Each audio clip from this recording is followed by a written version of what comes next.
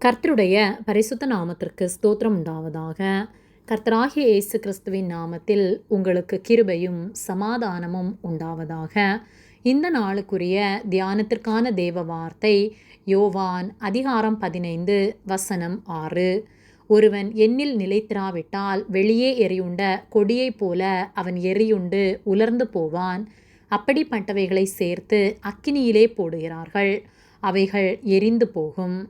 பிரியமானவர்களே, கர்த்தருடைய பிள்ளைகளாகிய நாம் கர்த்தரில் நிலைத்திருப்போமானால் மிகுந்த கனி கொடுக்கிறவர்களாய் நாம் வாழ முடியும். ஆனால் அவரில் நிலைத்திராமல் உலகத்திற்கு ஒத்த வேஷம் தரித்தவர்களாய் உலகத்திற்கு ஏற்றபடி நாம் வாழ்வோமானால் வெளியே எரியுண்ட கொடியைப் போல நாம் உலர்ந்து போவோம்.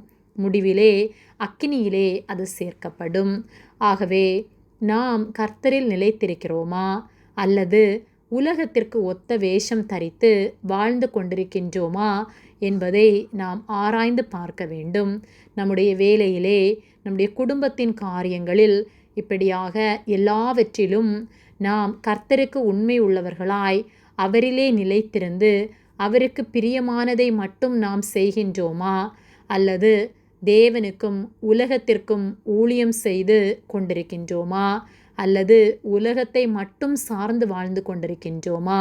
நாம் எந்த நிலையில் காணப்படுகின்றோம்? தேவனுக்கும் உலகப் பொருளுக்கும் உங்களால் ஊழியம் செய்ய முடியாது என்று கர்த்தர் சொல்லுகிறார். ஒன்றை பகைத்து ஒன்றை நேசிப்பான் என்று வேத வார்த்தை சொல்லுகிறது. யோவான் 15:4 என்னில் நிலைத்திருங்கள், நானும் உங்களில் நிலைத்திருப்பேன். கொடியானது திராட்சை செடியில் நிலைத்திராவிட்டால் அது தானாய் கனி கொடுக்க மாட்டாதது போல நீங்களும் என்னில் நிலைத்திராவிட்டால் கனி கொடுக்க மாட்டீர்கள். நானே திராட்சை செடி, நீங்கள் கொடிகள். ஒருவன் என்னிலும் நான் அவனிலும் நிலைத்திருந்தால் அவன் மிகுந்த கனிகளை கொடுப்பான். என்னையல்லாமல் உங்களால் ஒன்றும் செய்யக்கூடாது என்று சொல்லப்பட்டுள்ளது. நாம் அவரில் நிலைத்திருப்போமானால் நாம் மிகுந்த கனிகளை கொடுக்க முடியும். அவரில் நாம் நிலைத்திருக்கும் போது அவர் நம்மிலே நிலைத்திருந்து நம்முடைய இருதயத்தை சுத்தப்படுத்தி நாம் நடக்க வேண்டிய வழியிலே நம்மை நடத்தி நாம் ஒவ்வொரு நாளும் பரிசுத்தத்தோடு வாழ நமக்கு உதவி செய்வார். ஆனால் அவரிலே நிலைத்திராவிட்டால் வெளியே எரியுண்ட கொடியைப் போல அவன் எரியுண்டு உலர்ந்து போவான். அப்படிப்பட்டவைகளை சேர்த்து அக்கினியிலே போடுகிறார்கள், அவைகள் எரிந்து போகும் என்று சொல்லப்பட்டுள்ளது.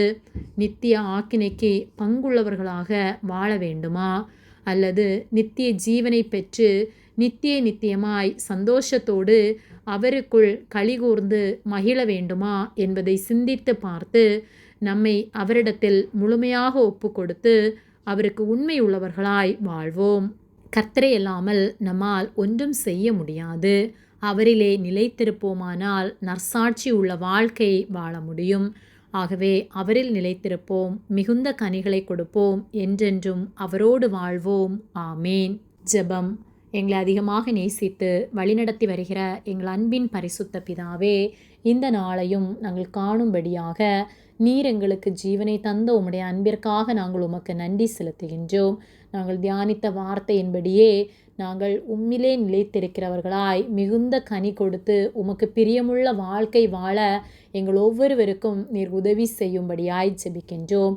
எங்களை நீதியின் வழியில் நீர் நடத்துவதற்காக நன்றி செலுத்துகின்றோம். எங்களை தாழ்த்தி ஒப்பு கொடுக்கின்றோம். இயேசுவின் நாமத்தில் ஜெபிக்கின்றோம் பிதாவே. ஆமேன்.